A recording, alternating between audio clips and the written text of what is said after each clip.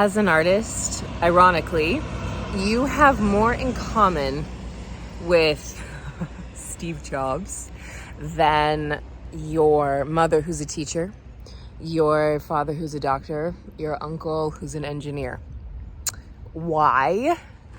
Because you are your own gatekeeper.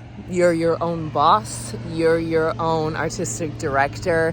You are your own executive producer. You are the star.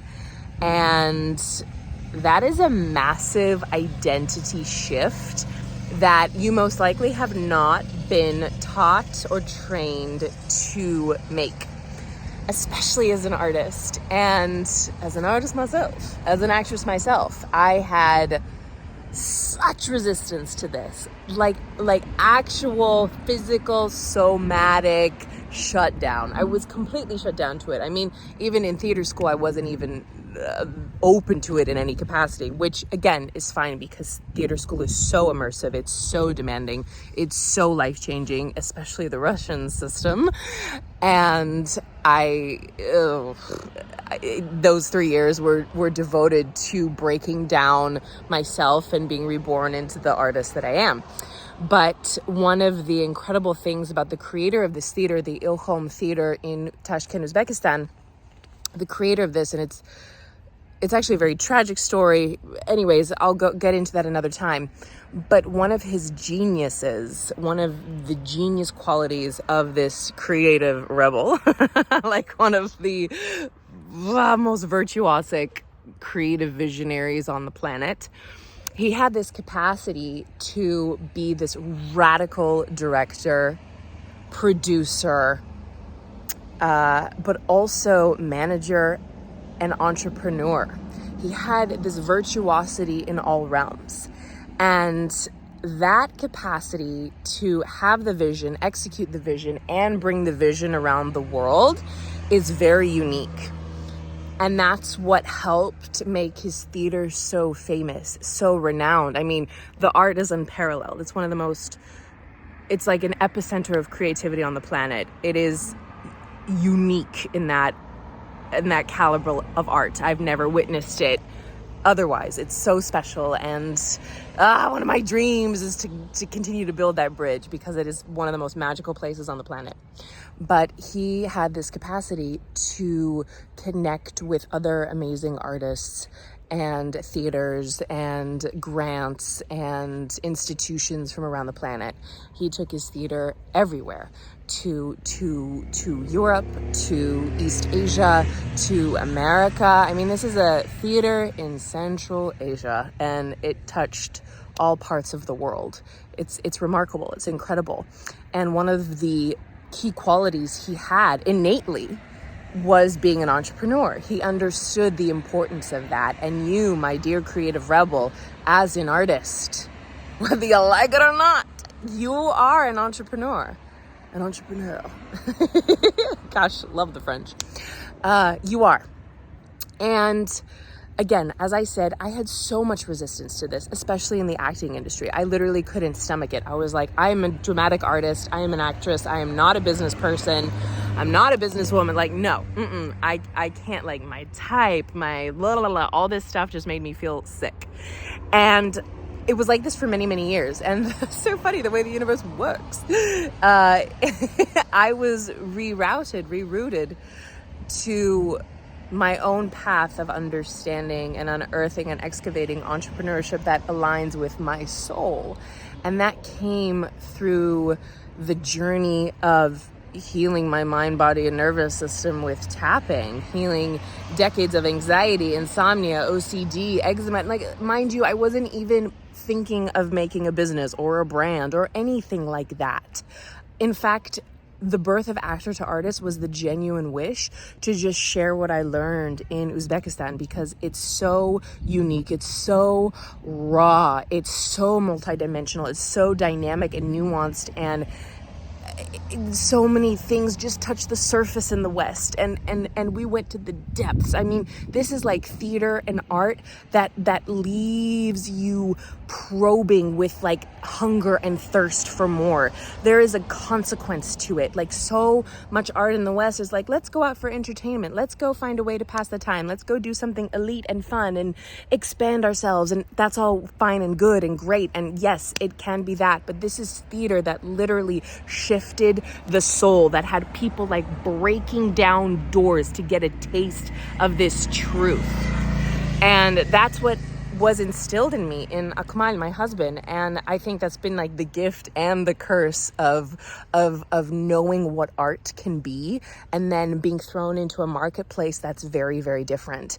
And our first reaction was to kind of shut down because we didn't know how to handle it, let alone had no concept of the nervous system, the limbic system, of all these things that contribute to you being not just a healthy, happy human, but a successful and radiant and magnetic and unstoppable artist. So the way actor-to-artist was born, somehow, like, I was teaching classes and sharing this work and plastikas and elocution and mastery of acting and all this stuff. And I realized that I needed to heal myself in a new way, in a new capacity, right? Like, theater school itself is deeply, deeply healing, but being thrown from this like crazy, wild, open, safe, virtuosic, artistic space into like capitalistic markets and just all the stuff of the industry, especially Hollywood, can be so severe and so belittling and so demeaning and just competitive in not a generative way, in a really isolating way. So with tapping coming into my life and actor-to-artist emerging so naturally, I was like, oh, I'm understanding how to build a business, how to build a brand, how to do all these things without the intention of wanting to build a business or a brand. Does that make sense? Like, my initial intention was just to share, like Attushi, from my soul, to share this with the world. And unbeknownst to me, this was the universe circling me around to give me the greatest gift I could ask for in regards to my acting career, and also now the gift of helping amazing creative rebels like you realize your dreams on your own terms, that doesn't betray or violate your mind, body, or nervous system, that in fact works in tandem with it. I mean, when we think about it, right? Like, the great artists, even before all of social media, you're still, you have a vision, you bring it to life, and you have to promote it. Like, even the biggest movie stars, even the biggest writing stars, even the biggest musicians, they're out there. Did I just eat a bug? They're out there promoting their stuff. That's literally part of it. And the crazy thing is, like, no one tells, like, an idea drops into your vortex, right?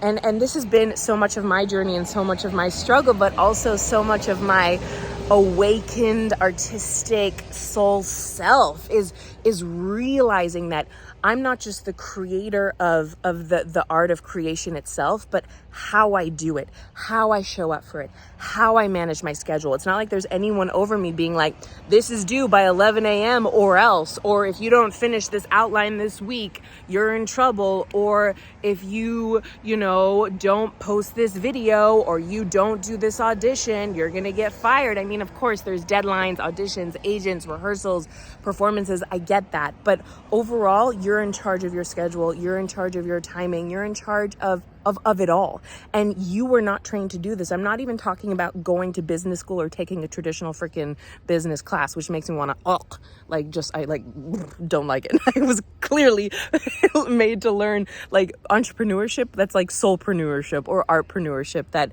like understanding you can make it your own. You can make it your own. That, yes, that is how powerful you freaking are. But understanding that sometimes I just lose my train of thought. And you know what? That's okay. We're so used to like media being like all the time. It's good to take a deep breath in. It's good to just be in the power of the pause. My goodness. Sometimes we forsake the capacity to open for something new, for efficiency. When really, when we're trying to cram so much into our lives, we're missing the whole point, because the whole point is the present moment. LOL. That is where all your power lies. Which brings me back to the concept. Here it is. Oh, breathers. I guess that had to come through. You've been trained to be an employee. You've been raised to be at the demands and commands of someone else.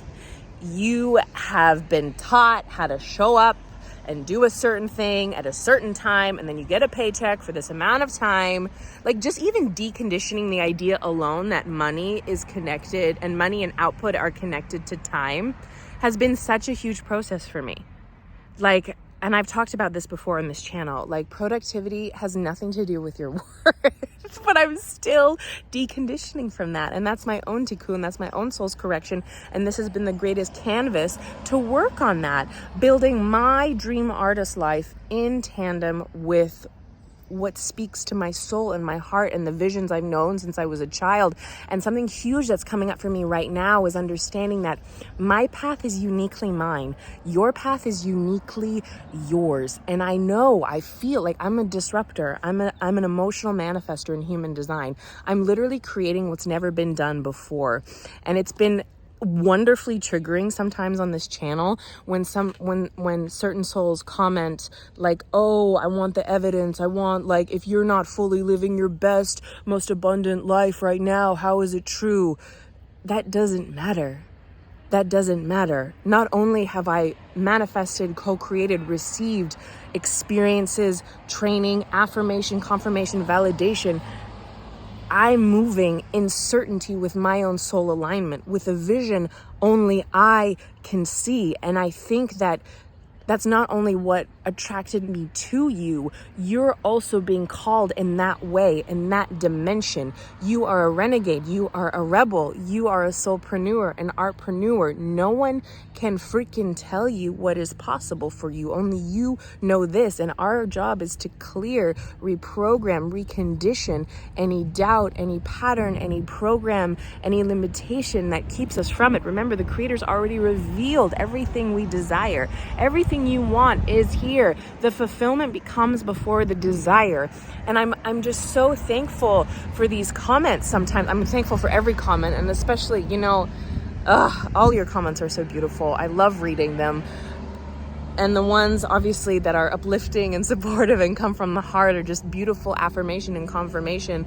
But I also understand that I trigger a lot of people. It's literally in my human design. Like, when I was getting my reading done, they're like, you just being you trigger a ton of people. And I'm like, great, that's fine.